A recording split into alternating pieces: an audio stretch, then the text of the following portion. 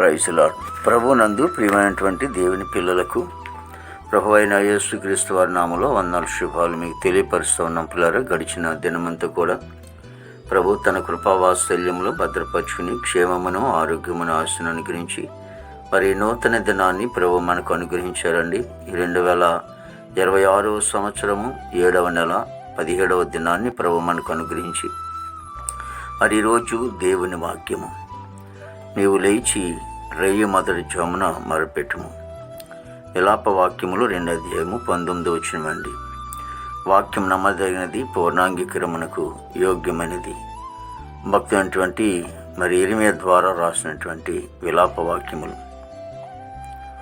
ఇశ్రాయేలు ప్రజల గురించి మరి విలపిస్తూ మరి దేవుని మార్గములో ఉంటున్నప్పటికీ, దేవుని మార్గంలో వారు నడుస్తున్నప్పటికీ, దేవునితో వారు ఉంటున్నప్పటికీ కూడా కానీ దేవుని మాట వినకుండా, దేవునికి లోబడకుండా, దేవునికి విరోధంగా వారు మరి నడుచుకుంటున్నటువంటి పర్యాయములో మరి పిల్లల కోసం, అంటే దేవుని పిల్లల కోసం ఇర్మియా భక్తుల ద్వారా మరి విలపిస్తున్నటువంటి ఈ విలాప వాక్యములో మనం చూస్తూ ఉంటాం.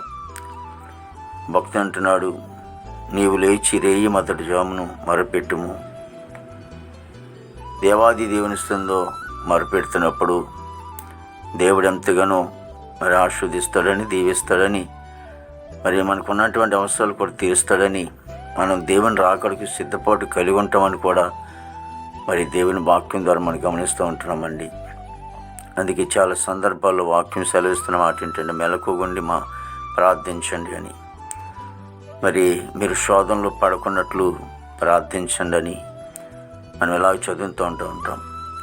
కాబట్టి మరి భక్తి అయినటువంటి యోబు గారు కూడా తనకి ఇచ్చినటువంటి బిడ్డల విషయంలో మరి ఆయన కూడా అరుణోదయములు లేచి మరి బల్లర్పించుడని కూడా దేవుని వాక్యం సెలవిస్తోంది. కాబట్టి దేవాది దేవుని సన్నిధిలో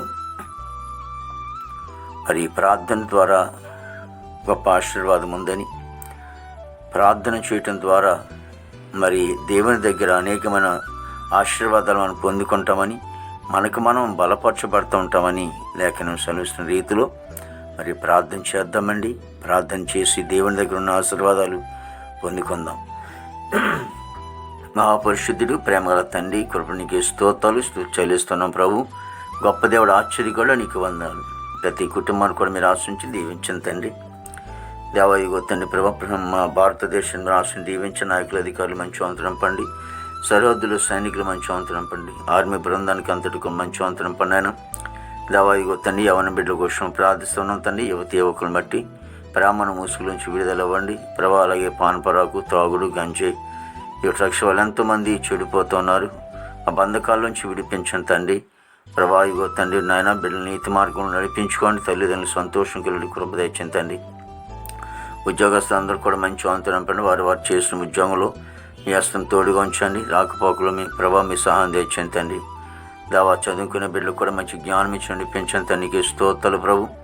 దేవా తండ్రి ప్రభా, విదేశాల బిడ్డలందరూ కూడా మంచి వంతనం పండి ప్రభావిగో తండ్రి ప్రభు, మా దేశ పాటి పంటనంతా మీరు ఆశను దీవించండి తండ్రి. హాస్పిటల్లో రోగులు స్వస్థపరచండి, జైల్లో ఉన్న బిడ్డలు విడుదలచండి, కోర్టు గొడవలు, కేసు గొడవలను కొట్టువేయండి తండ్రి. దేవానికి స్తోత్రాలు చెల్లిస్తున్నాం ప్రభు. మంచి కాపాడికి వందలు తండ్రి ప్రభు. రక్షణ లేని వారు రక్షణ తెచ్చేయండి, మారు మనసు లేని వారు మారు మనసు తెచ్చేయండి, వివాహం బిడ్డలకి వివాహం తెచ్చేయండి, గర్భఫలంలో గర్భం తెచ్చేయండి, గర్భిణీ సుఖం డెలివరీ తెచ్చేయండి, తల్లి బిడ్డ క్షేమం తెచ్చేయండి. దినమంతా విశేషమైన కృపతో నింపి నీ నామానికి మాత్రం మహిమ తెచ్చుకోండి. యేసు నామమున తండ్రి, ఆమేన్, ఆమేన్.